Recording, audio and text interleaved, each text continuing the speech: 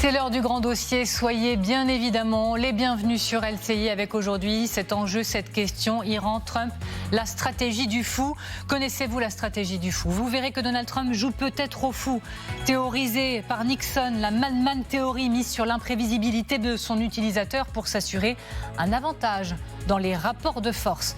Pas impossible non plus qu'il cherche à gagner du temps. Et si les États-Unis étaient en réalité pas prêts à attaquer, pas avant une semaine? Info du très sérieux média américain Politico. Il faut dire qu'en face, les Iraniens menacent et ils ont des arguments. Regardez maintenant ces images, des images satellites montrant que l'Iran travaille sur des sites de missiles balistiques et de nucléaire.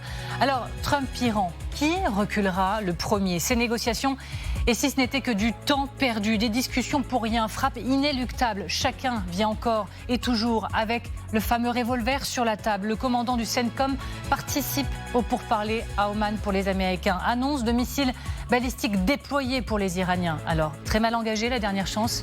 Écoutez, regardez. Comme nous le dit la Bible, heureux ceux qui font œuvre de paix. C'est vrai, les pacificateurs sont très importants, mais je pense que seule la force permet d'instaurer la paix.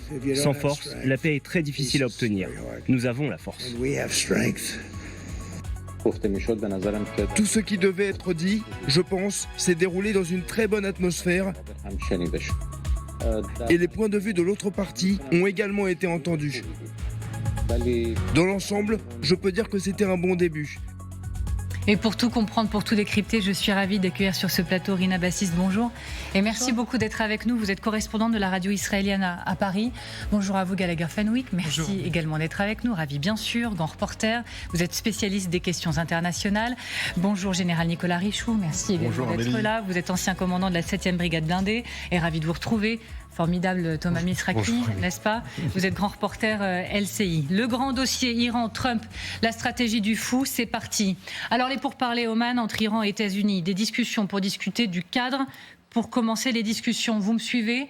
Non, c'est à peu près normal. Et pourtant c'est à peu près ce qui s'est passé. On va tout vous expliquer et le tout sous tension. Toujours, avec même des militaires côté américain impliqués dans les discussions. Direction Oman, sans tarder. Vous le voyez, là, toutes nos équipes sont déployées pour continuer de suivre ensemble cette actualité. Camilla Campuzano, vous êtes avec Marine Truchot en direct depuis Mascate où se tiennent les discussions. Merci d'être avec nous. États-Unis et Iran parlent d'atmosphère positive. Peut-on même parler de discussions? Ont-elles seulement commencé? Puis il y a quand même pas mal de fins de non-recevoir déjà sur la table du côté des Iraniens, là. Effectivement, l'Iran semble déjà poser ses conditions avant une deuxième étape de cette reprise des discussions. Pas question d'arrêter d'enrichir l'uranium dans le cadre de son programme nucléaire. C'est ce que déclarent les autorités de Téhéran. Mais l'Iran se dit rester ouvert à la discussion alors que c'est un point clé, l'enrichissement de l'uranium pour les États-Unis. C'est comme ça que s'achève cette journée de négociations. Des négociations un peu en ping-pong toute la journée, dirigées d'un côté par l'émissaire américain Steve Witkoff et puis de l'autre, le ministre des Affaires étrangères iranienne. Ils ne se sont pas vus, des négociations uniquement indirectes pour fixer un cadre pour la reprise du dialogue rompu depuis le mois de juin dernier. Donc sur la table, je vous le disais, le nucléaire iranien, mais pas seulement. Les États-Unis voulaient aller plus loin. Là aussi, l'Iran a dit non. À voir comment peuvent se dérouler la suite de ces discussions qui devraient avoir lieu dans quelques jours potentiellement. Merci infiniment. Camilla Campuzano avec Marine Truchot. Et pendant que vous parliez, Camilla, cette information vient de tomber. À l'instant, Washington impose de nouvelles sanctions pétrolières contre l'Iran, peu donc après les discussions. Quelqu'un croit autour de cette table que ça peut aboutir à quelque chose de positif, fin de non-recevoir sur l'uranium et nouvelles sanctions, alors que les discussions ont à peine commencé?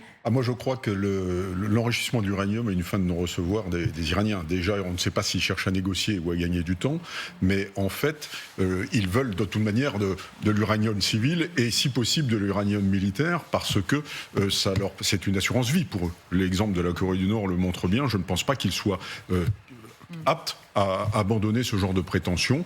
Donc effectivement, d'abord les prétentions américaines sont quand même très très élevées. L'uranium civil, ça doit être 3%. L'uranium militaire, c'est 85-90%. Donc on ne parle pas du tout de la même chose. Leur interdire l'uranium, c'est aussi déraisonnable que les Iraniens de vouloir la bombe nucléaire. Et cette dernière minute, Washington qui impose de nouvelles sanctions à l'Iran. Le signal, le message à quasiment 17h alors qu'on parlait de première discussion aujourd'hui. Il y a plusieurs manières de le lire. D'abord, c'est le maintien d'une forme de tension et de rapport de force. Ça éloigne peut-être le spectre d'une opération militaire. Donc on choisit l'outil financier, économique plutôt que les bombes.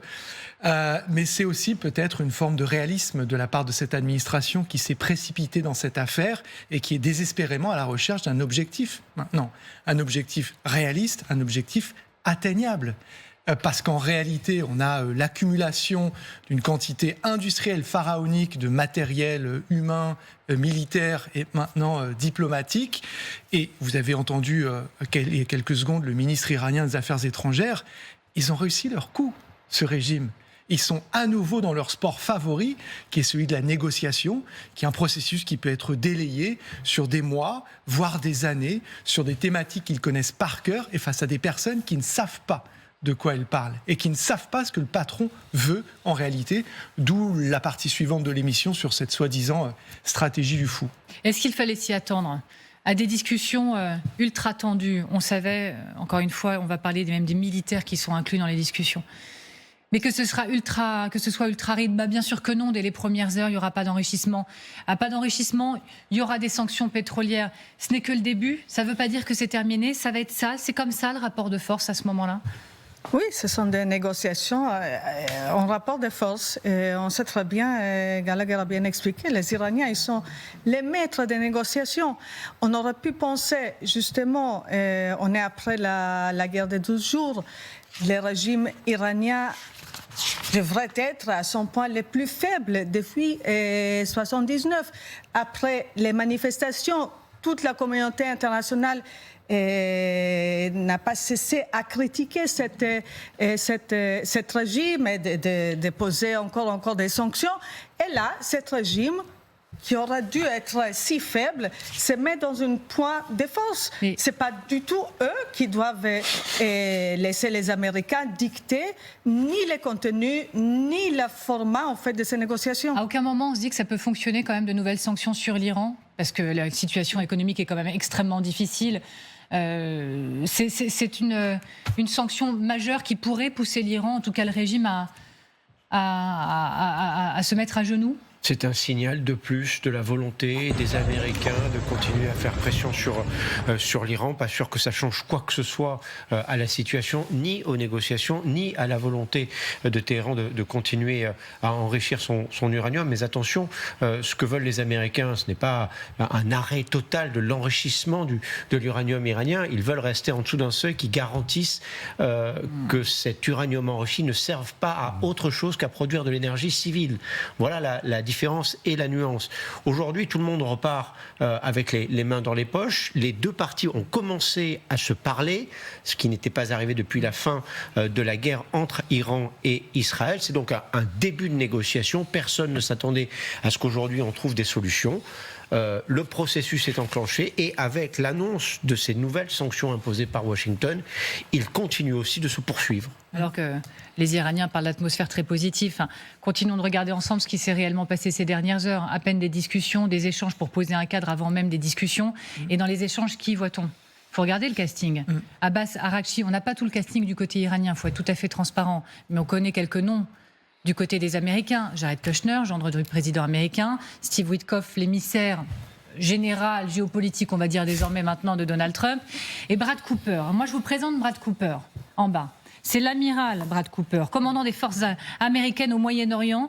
Et normalement, il est plutôt inhabituel, sauf erreur de ma part, général Richoux, que des représentants du département de la Défense participent à des pourparlers diplomatiques. Quel est le signal dans la séquence ? Le signal est un signal politique fort de puissance militaire, c'est-à-dire qu'ils arrivent à la négociation politique avec leurs bras armés. Et donc, comme ça, ils seront au courant en direct de ce qui va se passer. Parce que le principal argument de négociation des États-Unis, aujourd'hui, c'est l'immensité de la flotte aéronavale et des bases à terre qu'ils ont rassemblées. Donc, Brad Cooper, il montre aujourd'hui, regardez, voilà, notre bras armé, c'est celui-ci. Et donc, notre bras séculier va s'abattre si vous ne cédez pas. Alors que de l'autre côté, les Iraniens, dès hier, ont dit, regardez, nous on a déployé notre missile balistique, le Khorramshahr 4, hyper puissant. Donc ça dit quoi, encore une fois, de ce qui est en train de se jouer derrière les mots situation positive ? On est en plein dans l'illustration de ce qu'on peut appeler l'impuissance de la puissance. Ces images qui sortent d'Oman, c'est le pire cauchemar des Iraniens et des Iraniennes qui, par dizaines, voire centaines de milliers, sont descendus dans les rues de leur pays jusqu'au 13 janvier dernier pour réclamer la liberté. C'est exactement ce qu'elle redoutait. C'est que ce régime a repris le dessus et on est à nouveau en train de discuter encore une fois sur des thématiques qui n'ont pas donné grand-chose. Et en plus, je le redis, avec des personnages qui sont à la recherche d'une mission qui n'est pas clairement définie. On discute, déjà, et vous l'avez très bien présenté, la manière dont ça se passe, c'est que d'abord, il faut qu'on se mette d'accord sur un format. Première victoire des Iraniens, ils disent non, pas en Turquie, parce qu'ils ne s'entendent pas avec les Turcs, à Oman. Les Américains hésitent, finalement, ils acceptent. Parce qu'ils n'ont, en réalité, contrairement à ce qu'affirme Donald Trump, ils n'ont pas tant de cartes que cela en main. Et prenons les sujets potentiels, parce qu'on ne sait pas de quoi ils sont en train de discuter en réalité, outre le format. Sur le nucléaire, les Iraniens pourraient très bien faire des concessions qui seraient de fausses concessions. Pourquoi ?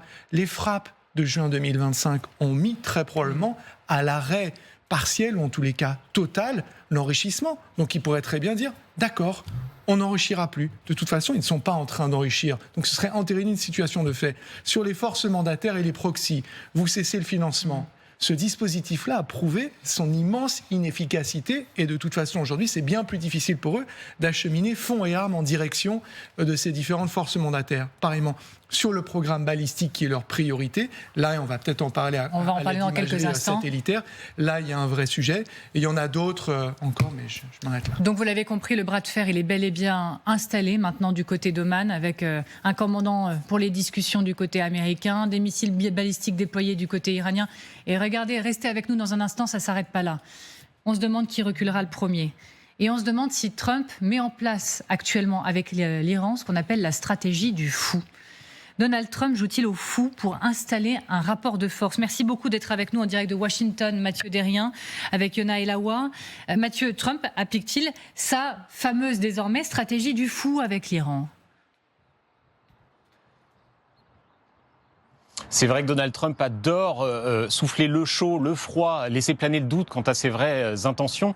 Et pas seulement sur le dossier iranien. C'est une stratégie qu'il a maintes et maintes fois éprouvée, par exemple dans le conflit ukrainien, dans la relation des États-Unis avec le Canada, sur ses vues expansionnistes sur le Groenland. Très récemment, pour l'attaque sur le Venezuela, il avait même complètement tenu à l'écart son propre vice-président, J.D. Vance, ainsi que la directrice du renseignement, Tulsi Gabbard. À chaque fois, le reste du monde est complètement pris par surprise. Alliés comme ennemis s'arrachent les cheveux pour essayer de trouver une logique ou une cohérence dans les revirements de Donald Trump. Mais le président américain, lui, voit ça comme une force. Et avant lui, eh bien, c'est Richard Nixon, vous l'avez dit, qui avait même donné un nom à cette approche, la Madman Theory, la théorie du fou. En gros, toujours laisser penser à votre adversaire que vous êtes beaucoup moins raisonnable que lui et ainsi faire pencher le rapport de force en votre faveur. C'est exactement ce que Donald Trump est en train de faire sur le dossier iranien. Les négociations se déroulent dans un climat de tension extrême. Un jour, Donald Trump dit toujours préférer la solution diplomatique. Le suivant, il menace directement l'ayatollah Khamenei. Il vient encore d'annoncer de nouvelles sanctions. Ce qui est sûr, en tout cas, c'est que Donald Trump a désormais assemblé une puissance de frappe énorme autour de l'Iran. Et ça ne demande pas un énorme effort d'imagination que de penser qu'il pourrait s'en servir à tout moment. Merci infiniment. Mathieu Derrien depuis Washington. Washington avec Yona Elawa. Merci beaucoup à tous les deux. Alors effectivement, ce chaud, ce froid, atmosphère très positive, dit-on du côté des Iraniens, mais du côté de Washington, on dit que la diplomatie, c'est la priorité. Et on va discuter, on va à Oman. Mais dans le même temps, là, ces dernières heures, les États-Unis ont émis une nouvelle alerte. Quitter l'Iran maintenant. Ils ont exhorté les Américains à partir immédiatement. Les citoyens sont invités à partir sans compter sur l'assistance des États-Unis, de préférence par voie de terre, via la Turquie, l'Arménie, ou à se mettre à l'abri sur place s'ils ne peuvent pas partir. Ça donne l'impression, voilà le message, c'est attention, on discute, mais en réalité, frappe imminente. Que comprendre ? Écoutez, d'abord, combien reste-t-il d'Américains en Iran ? C'est la question qu'on peut se poser. Je pense que là, c'est pareil, c'est un moyen de pression politique. Il doit en rester peut-être quelques centaines, je dirais. Ils ne doivent pas être 10 000 ou 50 000. Il y a pas, les relations sont trop froides pour ça depuis un certain nombre d'années. Donc ça rajoute en disant, quand on dit quitter le territoire ou quitter la ville, ou etc., ça veut dire qu'il va y avoir des frappes et qu'il faut s'y attendre maintenant. Maintenant, ça rajoute à la pression politique qui est sur le dos des Iraniens et du gouvernement des Mollahs. Maintenant, je ne suis pas persuadé que ça fasse beaucoup d'effet, parce que je rappelle quand même que ça fait 47 ans qu'ils sont sous sanctions, 47 ans qu'on les menace, et que ça fait 47 ans qu'ils sont toujours là. Donc je pense que les virer, ça va être beaucoup plus difficile qu'une simple frappe sur Téhéran ou sur des sites. Voilà. Alors que les États-Unis appellent à quitter l'Iran immédiatement, en revanche, nous avons des images exclusives qui ont été tournées par notre correspondant sur place de France 24 et de RFI, Siavosh Ghazi, qui montrent les rues de Téhéran pleines, avec la vie qui a repris quasiment normalement. On sait que tout est relatif, on est extrêmement prudent, mais en l'occurrence, à Téhéran, on ne semble pas paniquer, Rina Bassis.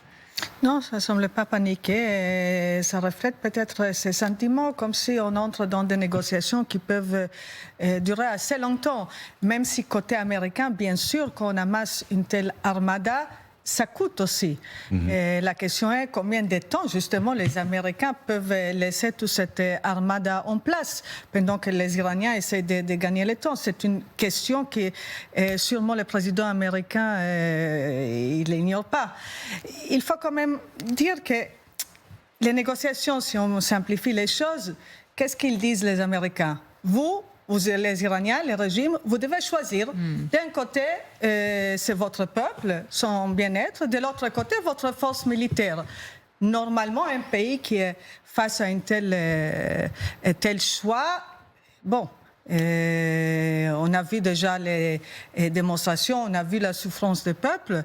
Les Américains essayent encore de préciser ce point avec, vous avez bien mentionné les dernières sanctions, mais on n'a pas l'impression que le régime de Téhéran est fléchi. Pour eux, ils commencent avec une position très forte où ils disent non à tout, et après on va voir.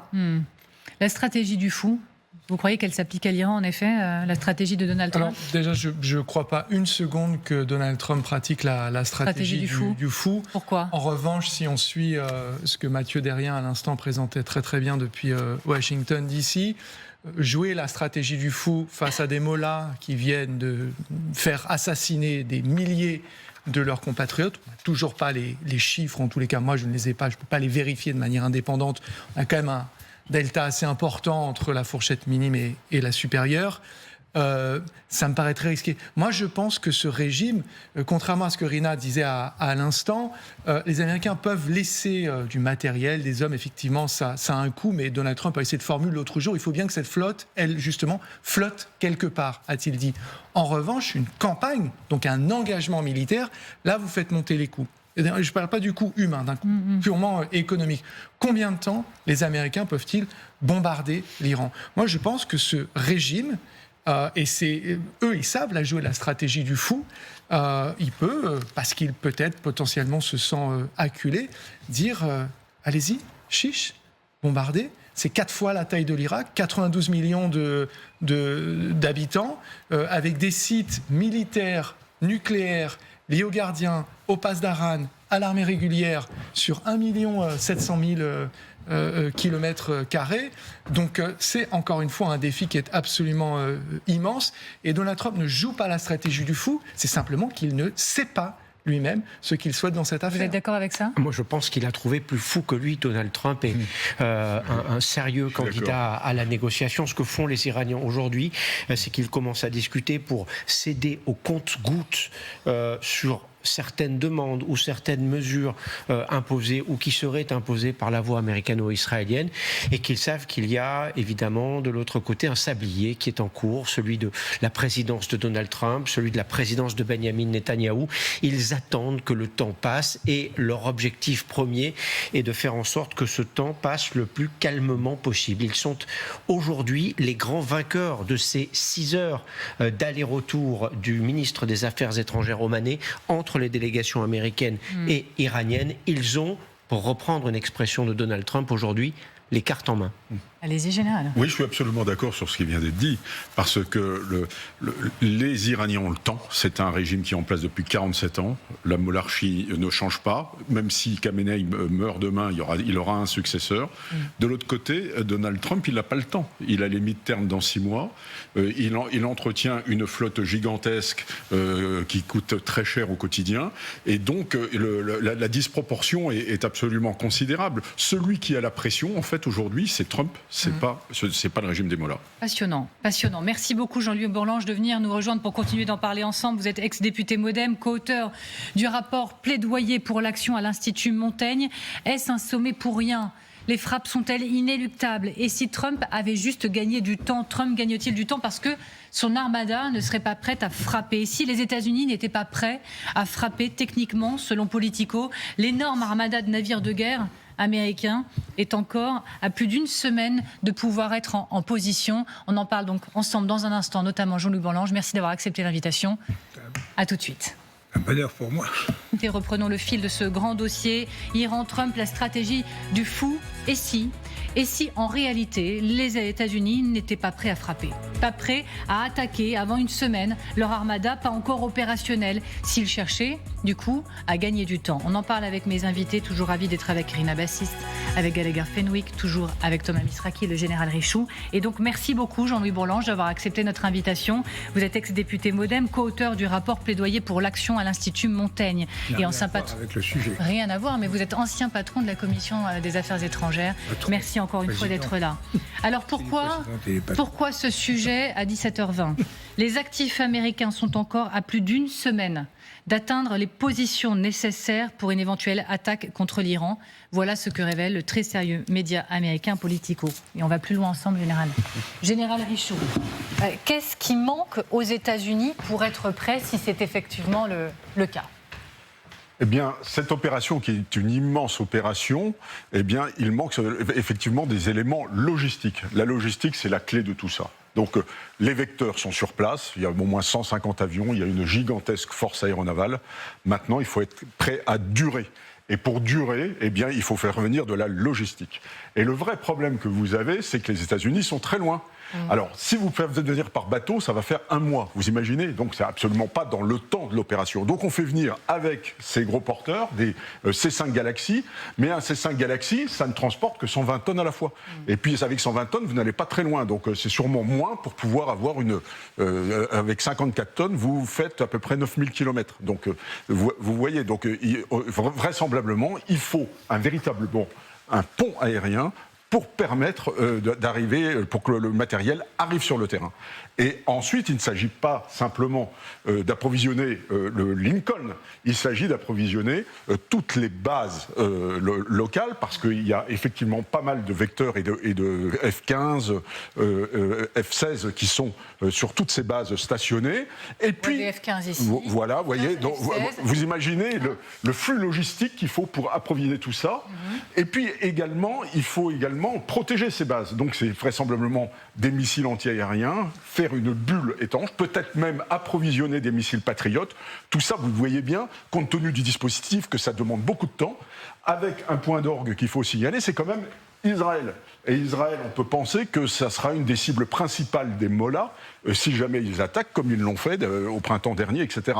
Et donc Israël doit être vraiment blindé, j'allais dire, doit faire venir ses stocks en masse pour être protégé, de manière à ce que cette bulle antiaérienne les protège au maximum. Vous voyez que, compte tenu de la superficie du Moyen-Orient là, et de la manière dont les bases sont dispersées, c'est un immense défi logistique qui ne peut pas se résoudre en quelques jours. Alors moi, je ne sais pas si c'est une semaine, mais vraisemblablement, la force pour taper est là, mais la logistique, pour pouvoir durer éventuellement dans un conflit qui durerait un peu, n'est pas encore tout à fait arrivée. Il faut vraisemblablement encore peut-être une semaine, mais peut-être même plus. Merci beaucoup, Général Richoux, c'était parfait. Jean-Louis Bourlange, est-ce que selon vous, les discussions aujourd'hui à Oman, ce sont des discussions pour rien? Est-ce que Donald Trump, de son côté, pour s'arrêter sur les États-Unis pour commencer, gagne du temps parce que, par exemple, il ne serait pas prêt en réalité à tirer?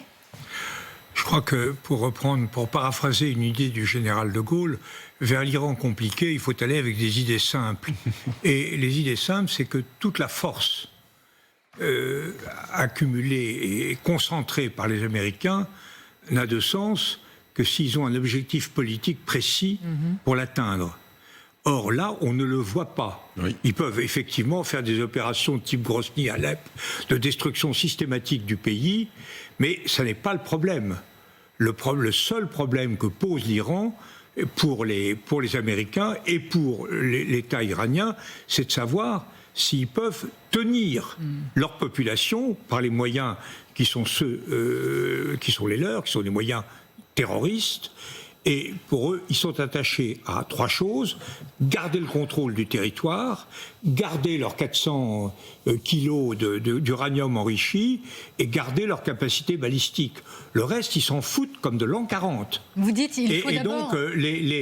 Et les Américains ont beau faire notamment Trump, qui est quand même un grand spécialiste des rodomontades toute catégorie, il faut savoir s'il veut... Soit ils ont la capacité, avec le Mossad, qui quand même travaille profondément la population, les dirigeants, le problème de savoir si l'armée peut évoluer, soit l'Iran se disloque, le gouvernement se disloque de l'intérieur et là il se passe quelque chose, soit ça n'est pas le cas et effectivement les Iraniens ne vont faire aucune concession d'aucune sorte. Vous dites pour frapper il faut avoir l'objectif en tête. On parlait un tout petit peu plus tôt dans cette émission de la stratégie du fou. Est-ce que selon vous Donald Trump ne sait pas où il va, fin de l'histoire, ou effectivement il est dans cette stratégie très précise du fou, c'est-à-dire insaisissable, agressif, soufflant le chaud, le froid, pour surmonter et imposer même le rapport de force? La stratégie du fou, c'est pas ça.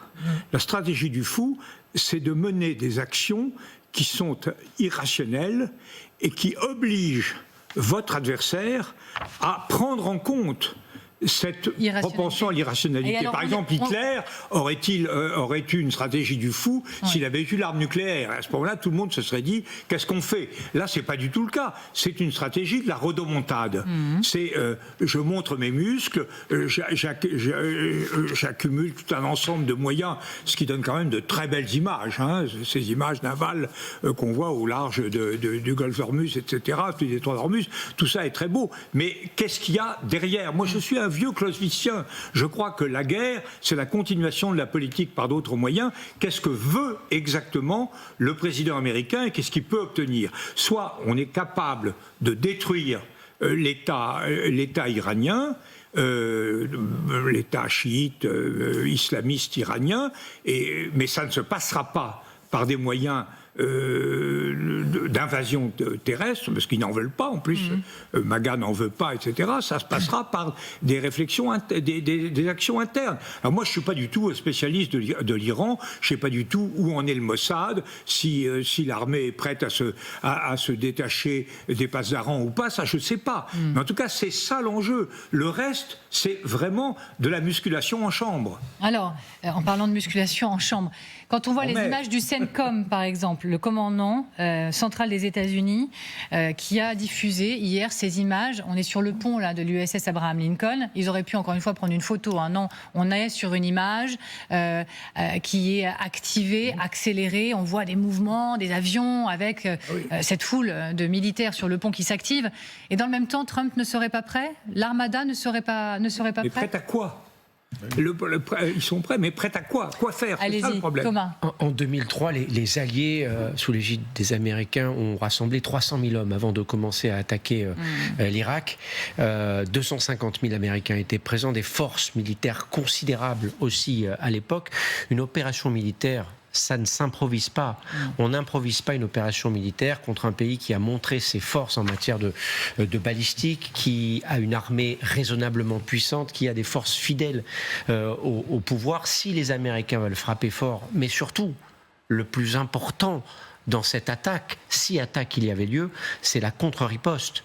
Parce que les Iraniens vont répondre à l'attaque. Et là, il faudra être prêt à défendre les bases américaines dans la région, les bases étrangères, et l'État d'Israël. Alors, je voulais justement vous faire écouter ce que disait le colonel Goya sur ce plateau il y a quelques jours. Il disait important, s'il y a enlisement, et potentiellement là on s'y dirige, les États-Unis seraient moins capables d'encaisser les pertes que les Iraniens.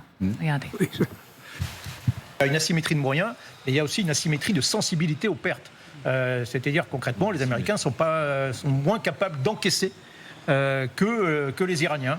Et donc, si vous commencez à voir quelque chose, une campagne qui commence à durer, qui commence à s'enliser, il n'y a rien qui se passe, et que vous avez en plus commencé à avoir des pertes américaines, même quelques pertes américaines, ça peut devenir très rapidement très problématique pour les Américains. Oui, Rina Bassis. Oui, c'est exactement en fait le problème d'Israël, parce que c'est pas un secret. Israël aimerait bien que le régime tombe. Israël aimerait bien voir une attaque américaine, mais Israël ne peut pas faire le lobbying trop fort, trop publiquement. Pourquoi ? Justement à cause de cette problématique. Parce que si vraiment les États-Unis s'engagent dans une action militaire, il y aura des ripostes. Et si vraiment il y a des dégâts, il y a des victimes américaines. Qu'est-ce qu'ils vont dire tous les leaders de MAGA, Steve Bannon et Carlson, et tous ceux en fait qui ont accusé d'une certaine façon l'administration Trump? Et ils ont dit, vous ne pouvez pas avoir une politique basée sur l'intérêt israélien. Ce n'est pas possible, c'est America First. Donc là, Israël doit être extrêmement prudent, justement, à ne pas pousser publiquement l'administration américaine vers une action militaire. Pourquoi ? Parce qu'après, s'il y aura des victimes, tous ces leaders des MAGA ils vont dire c'est la faute d'Israël.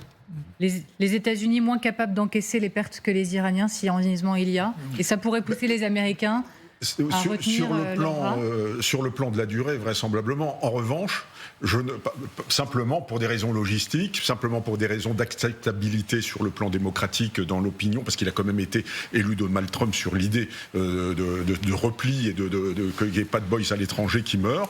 Mais je ne crois pas à l'enlisement du tout. C'est-à-dire que ce qu'a fait Donald Trump jusqu'à présent, il a imposé une frappe contre les Iraniens au printemps avec, ça a été une frappe quasiment unique, et ensuite il a imposé aux Israéliens de s'arrêter. Au Venezuela, ça a été aussi un fusil à un coup. Ça a été un échec, quand même. Peu importe, mais il a une qualité. Oui, vous avez raison, mais il a une qualité, c'est qu'il sait s'arrêter. Et je pense qu'il n'a absolument pas envie d'être dans une campagne longue, parce que ça lui sera reproché, tôt ou tard. L'enlisement façon Irak, etc., comme ça s'est vu en 2003, il n'en veut absolument pas. Donc s'il tape, il tapera un coup, il va détruire les missiles, je sais pas quoi, le nucléaire, peut-être Khamenei. Et il dira, regardez, j'ai gagné la guerre et je suis un grand chef militaire, j'ai apporté la paix par la force. Je me permets, parce qu'une équipe nous attend sur le terrain, vous me connaissez, vous connaissez ma règle. J'essaie de ne pas les faire attendre. Matteo Ciaravino avec Bordan Budka, merci beaucoup d'être avec nous en direct depuis la frontière entre les Émirats Arabes Unis et Oman. Matteo, avez-vous une sensation de calme militairement parlant, mais qui ne serait qu'un calme avant la tempête ? Qu'est-ce qu'il peut parler plus que nous ? Oui, vous avez bien résumé la situation, effectivement, puisque l'armada américaine est toujours là, toujours très réactive. Souvenez-vous de ce drone Shahed iranien abattu par un F-35 américain alors qu'il s'approchait trop agressivement, selon les dires des États-Unis, de l'USS Abraham Lincoln. Vous savez, ce porte-avions des États-Unis qui est toujours dans la région autour du détroit d'Oman. Concernant une potentielle frappe des États-Unis, Donald Trump se complaît à laisser le doute et il se permet même d'avertir l'ayatollah Khamenei. Il devrait se montrer très prudent, c'est ce qu'il a dit, et cette frappe, très honnêtement, elle n'arrangerait pas grand monde dans la région, à commencer par le Qatar qui craint des représailles comme l'année dernière sur la base d'Al-Udeid, la base américaine proche de sa capitale. Les Émirats arabes unis, où nous nous trouvons, eux aussi craignent une éventuelle frappe avec des conséquences très imprévisibles et qui laisseraient tout le monde dans un flou total. C'est pour ça que de nombreux pays arabes et la Turquie ont poussé pour que l'administration Trump se rende à Oman. Il faut aller parler à l'Iran avec des résultats pour l'instant très contrastés, c'est le moins qu'on puisse dire. Ils ne se sont mis d'accord sur rien, les Iraniens et les Américains. Si, peut-être une chose, de continuer les discussions. Merci beaucoup. Merci Matteo Ciaravino avec Bordan Budka. Je voudrais montrer maintenant ces images. Des images satellites montrant que l'Iran travaille sur des sites nucléaires, mais surtout des missiles balistiques. Et l'Iran fait preuve d'une grande ambition et d'une inquiétude agilité. Révélation du New York Times. On va plus loin ensemble, Thomas Misraki. Thomas, que voit-on sur les images satellites qui vont s'afficher sur cet écran? On va les voir. Exit le porte-avions. Les voici, ces images. Alors ça, c'est un site iranien détruit lors de la guerre avec Israël. C'était au mois de juin, à la fin du mois de juin. Et ça, c'est début novembre. Qu'est-ce qu'on voit? Non seulement sur ce site, que vous voyez qu'il a été débarrassé et que les bâtiments qui ont été détruits ont été reconstruits. Alors, on ne voit pas, évidemment, c'est une photo satellite, tout cela en 3 dimensions, mais on voit au moins qu'il y a des sarcophages ou des toits qui ont été posés sur certains bâtiments. Ce que l'on voit aussi, ce qui est très intéressant, et on va passer à l'image suivante, s'il vous plaît, c'est que ça, c'était avant les frappes israéliennes, le 4 juin, donc, et ça, c'est le 11 novembre, après les réparations. Qu'est-ce qu'il y a? Au-delà de ces réparations, il y a des bâtiments supplémentaires, ce qui laisse penser à certains experts que non seulement ces sites ont été reconstruits, mais qu'ils ont été développés de manière à être plus productifs. Et on parle de sites de fabrication de missiles. Et on voit que les Iraniens relancent leur programme de missiles balistiques. Et d'ailleurs, hier, les Iraniens ont annoncé le déploiement du missile balistique Khorramshahr 4 pour la première fois dans les bases souterraines du pays. Ville joyeuse 4, voilà pour la traduction, c'est le nom de ce missile. Il pourrait atteindre Israël en 10 à 12 minutes et les Israéliens mettent en garde.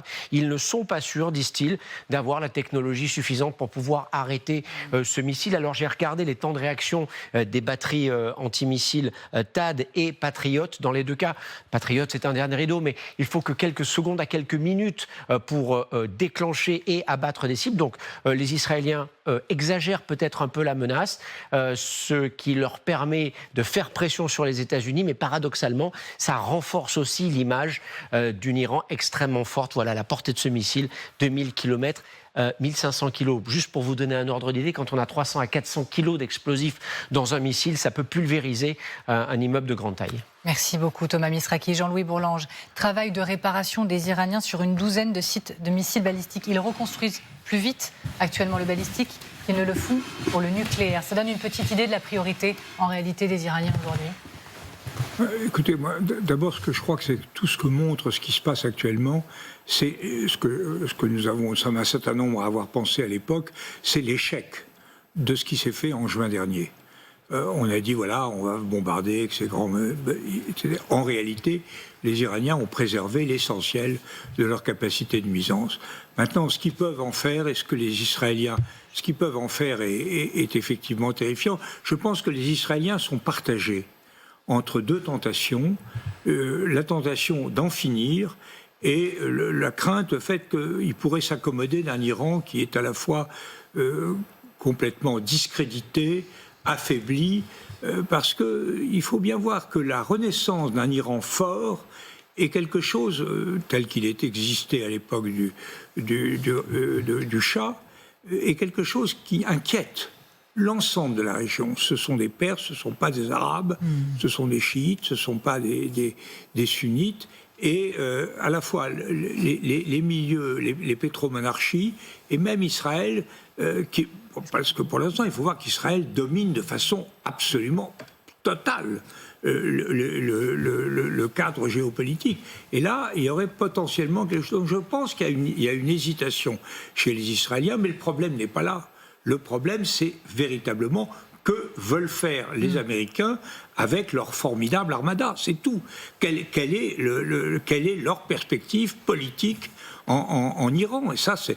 Pour l'instant, c'est, à part des rodomontades qui sont dignes d'Homère, on a l'impression que c'est des injures sous les murailles de Troie, sors dehors, tu vas voir, on va te détruire, etc. Tout ça est assez dérisoire en réalité. Il s'agit de savoir ce que veulent vraiment faire les Américains, ce qu'ils sont capables de faire. Et pour l'instant, on ne sent pas, on ne voit pas ce dont il s'agit. Gallagher Fenwick, ces images, ce sont autant de bras d'honneur faits aux Américains? Oui, c'est du signalement à bas coût de la part des Iraniens qui savent très bien que les satellites ont cette capacité à identifier et tout ce que cela a coûté, et Thomas Mitraki l'a très bien expliqué, c'est une série de toits.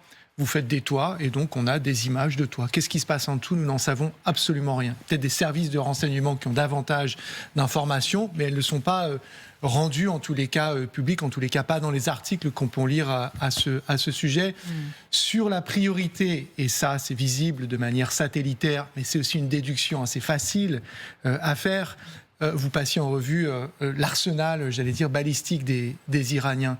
Qu'est-ce qui a fonctionné pour les Iraniens en juin dernier? Et sur la période, c'est pas l'arc de feu, donc les forces mandataires, c'est pas le programme nucléaire, ce sont les missiles balistiques qui ont été efficaces, qui ont percé les défenses israéliennes et qui ont fait des dégâts à Tel Aviv, à Bat Yam et dans d'autres villes de l'État hébreu. Donc oui, c'est leur absolue priorité et c'est le grand oubli du fameux JCPOA dont était sorti Donald Trump.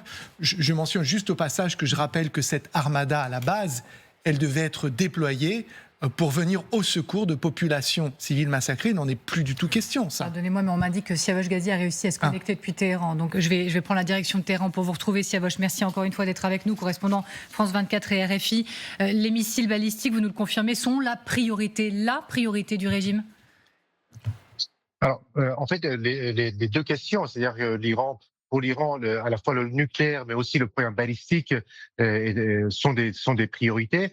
Alors, sur le programme balistique, l'Iran affirme qu'il n'est pas question de discuter de ce programme et de négocier, par exemple, une réduction de la portée des missiles balistiques de l'Iran, des capacités de défense du pays, parce que l'Iran n'a pas d'aviation, donc en tant que tel, enfin, dispose de quelques avions, mais il n'y a pas une flotte de chasseurs qui permettrait à l'Iran de se défendre. Donc le seul moyen pour le pays de se défendre, c'est ces missiles qui ont été utilisés pendant la guerre de 12 jours en juin et qui ont pu percer donc les systèmes de défense antiaériens à la fois israéliens, mais aussi américains qui étaient déployés en Méditerranée orientale.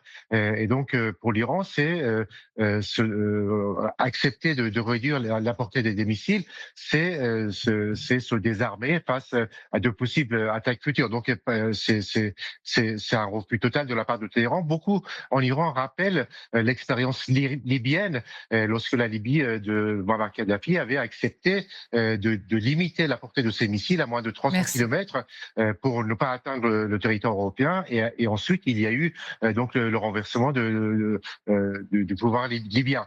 Beaucoup en Iran rappellent ces expériences et disent que on va pas refaire la même chose. Merci infiniment, Siavash Ghazi, toujours précieux de vous retrouver depuis Téhéran, correspondant France 24 et RFI. Merci beaucoup à vous. Rina Bassis. Oui, c'est assez extraordinaire parce que qu'est-ce qu'ils disent les Iraniens?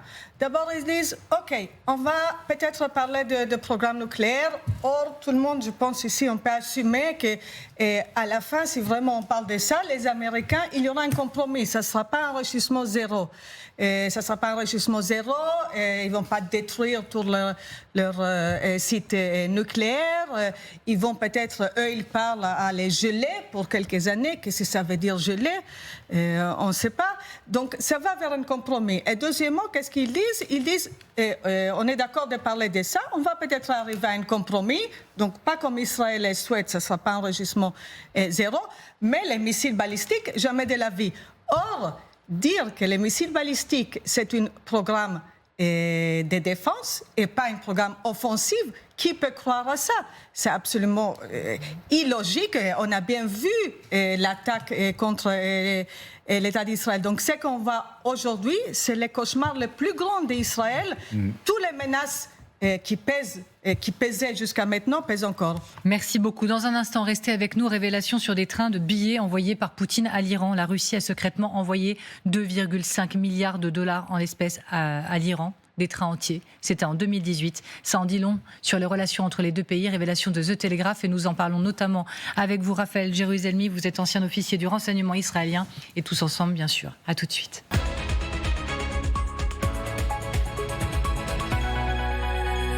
Qui porte le nom de ses prédécesseurs. Les discussions ne cessent jamais sur le plateau du Grand Dossier entre passionnés que vous êtes, chers invités. Je vous en remercie. Le Grand Dossier se poursuit. Iran-Trump, la stratégie du fou nous amène à parler d'un tout autre sujet. Révélation sur des trains de billets envoyés par Poutine à l'Iran. La Russie a secrètement envoyé 2,5 milliards de dollars en espèces à l'Iran. Des trains entiers de billets de banque figurent parmi des solutions donc trouvées par le Kremlin pour contourner les sanctions face à l'Iran. Révélation de The Telegraph. On en parle avec mes invités que je resalue. Rina Bassiste, toujours avec Gallagher Fenwick, toujours avec Thomas Misraki, toujours avec le général Richoux, toujours, et on vous en remercie, avec Jean-Louis Bourlange, ancien patron de la Commission des Affaires étrangères. Patron, président, si j'étais le patron, ça serait... Président, boss, ça vous va?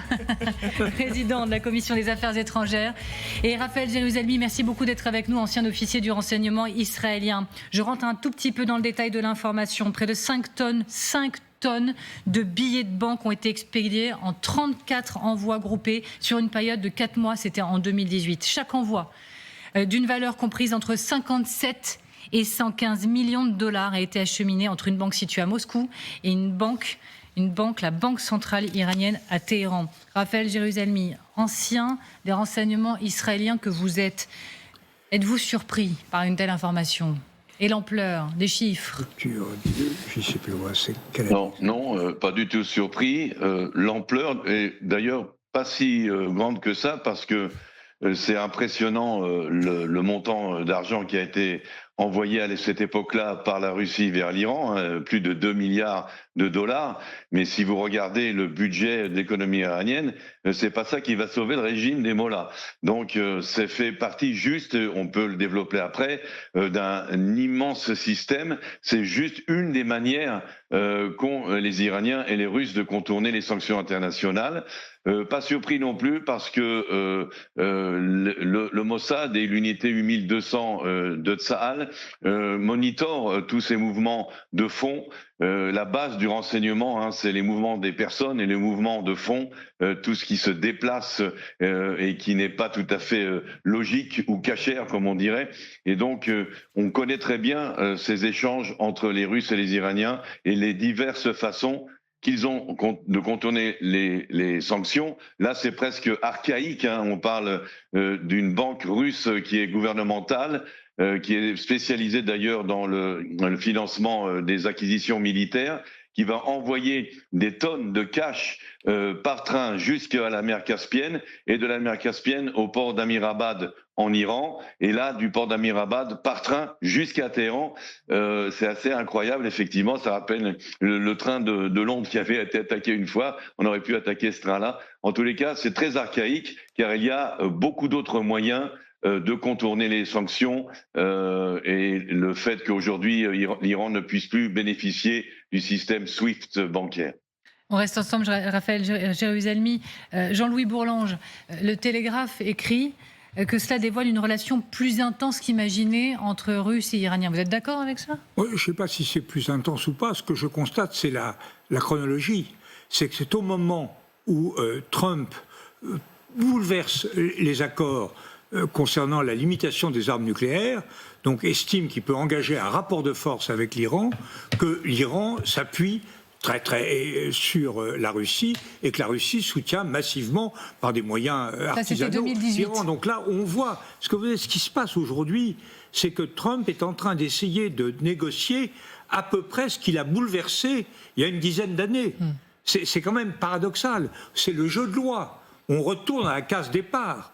Et là, effectivement, nous étions tous, notamment nous autres Européens, convaincus que l'accord qui avait été passé avec l'Iran était raisonnable, qu'on ne pouvait pas détruire, et ça a été démontré notamment en juin dernier, par des moyens militaires, les capacités d'armement nucléaire iranien, et que donc il fallait s'orienter. À partir du moment où Trump a choisi dans son premier mandat le rapport de force, sans avoir la force correspondante à ce rapport, les Russes ont dit très clairement, on y va à fond avec les Iraniens. C'est vraiment la réponse du berger à la bergère, si je puis dire. Thomas Misraki, ces trains de billets pour sauver l'Iran envoyés par la Russie, 2018, je le rappelle. Oui, 2018, c'était une autre époque, un autre monde, évidemment, mais cela montre les liens qui existent encore entre l'Iran et... Qui existent encore. Oui, la Russie, l'Iran a notamment fourni à la Russie ses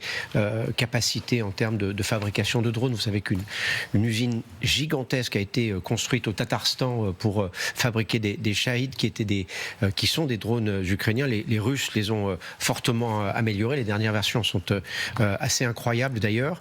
Voilà, qu'est-ce qu'on peut dire que c'est un rappel essentiel à l'actualité du jour après les annonces de la Chine ces dernières heures qui met en garde les États-Unis de ne pas attaquer l'Iran et qui dit très clairement à Donald Trump, nous serons aux côtés de Téhéran en cas d'attaque. Il y a la Chine d'un côté, il y a la Russie de l'autre. Contrairement à ce qu'on peut parfois imaginer, l'Iran est loin d'être seul dans ce qui est en train de se passer en ce moment.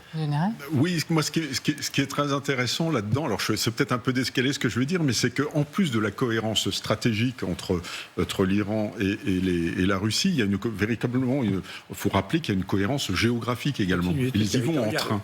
Et ça, c'est quelque chose d'intéressant. Je rappelle que le seul déplacement qu'a fait Staline pendant la Deuxième Guerre mondiale, c'est la conférence de Téhéran en 1943, et il est venu en train à Téhéran.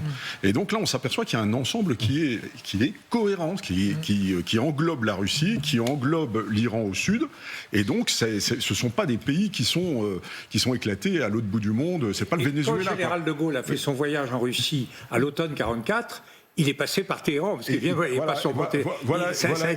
Il y a une continuité territoriale, qui est le grand jeu, le fameux grand jeu entre les Anglais et les Russes. Il y a une vraie cohérence entre ces pays-là, deux pays totalitaires sur le plan politique, de cohérence stratégique, cohérence géographique, donc effectivement, ils commercent entre eux. Et je suis assez d'accord avec M. Jérusalemi, c'est-à-dire que 2,5 millions, c'est pas ça qui va sauver le régime des Mollahs. Mais c'est intéressant. Raphaël Jérusalemi, dont on me dit que je dois le laisser filer, donc je vous remercie beaucoup d'avoir été avec nous pour votre regard sur cette information qui nous a un peu scotché, il faut le dire. Vous n'êtes pas tant surpris, mais vous êtes dur à surprendre, il faut le dire quand même, Raphaël Jérusalemi, parce que vous en savez long quand même sur cette histoire commune. Merci beaucoup d'avoir été avec nous une nouvelle fois. Allez-y, Gallagher. Non, en même temps, 2,5 milliards, c'est pas rien non plus. Et je pense que l'une des leçons de cet épisode qui date de 2018, donc Trump vient de déchirer l'accord justement sur le programme nucléaire. Et cet accord prévoyait notamment la levée progressive des sanctions massives imposées contre l'Iran. C'est que cet appareil de sanctions, en réalité, ne met pas fin à ces flux. Très souvent, il les redistribue ou il les réoriente. Et ces pays, et on le sait, et on le voit sur la question ukrainienne, font preuve d'une immense ingéniosité, parfois à base de moyens qui peuvent paraître dérisoires tant ils sont simples et artisanaux, pour contourner ces sanctions qui, au final, et on le voit en Iran, et ça c'est quelque chose dont la diaspora parle très éloquemment et souvent, n'ont pas empêché les têtes du régime, qui fonctionnent selon une logique de prédation, de s'enrichir, mais ont grandement, pénalisé une partie de la population. Ne pas oublier que le dernier mouvement qui a été réprimé dans le sang, il est parti de la question économique en Iran, avant d'essaimer évidemment sur des questions de liberté et politique. Oui, juste un tout petit mot pour rappeler qu'il y a juste quelques jours, qu'est-ce que Moscou a fait ? Moscou a mis sur la table une proposition que les 408 kg d'uranium enrichi sont stockés chez les Russes. Ça met cette proposition dans une autre lumière. Est-ce que vraiment on peut faire confiance à M. Poutine avec ces 408 kilos? Voyons cette coopération, collaboration très très étroite entre ces deux pays. l'économie et pour le régime des mollahs un plus grand danger que les porte-avions américains aujourd'hui. Merci beaucoup à tous. Merci beaucoup Jean-Louis Bourlange d'avoir été avec nous. C'est toujours un plaisir de vous recevoir. Merci beaucoup Gallagher Fenwick. Merci beaucoup Rina Bassis. Merci beaucoup Thomas Mistraki. Merci Général Richoux. Merci à vous de nous regarder et vous le savez. Et si vous ne le savez pas, écoutez, voilà le podcast, merci, c'est mon meilleur ambassadeur. Alors, vous pouvez nous expliquer du coup qu'est-ce qu'on trouve en bas de l'écran ? Il suffit de scanner le petit QR code qui s'est affiché en bas à gauche de votre écran. Voilà, il est juste là. Voilà, et vous nous retrouvez Deezer, Spotify ou Apple Podcast. Il sait tout faire.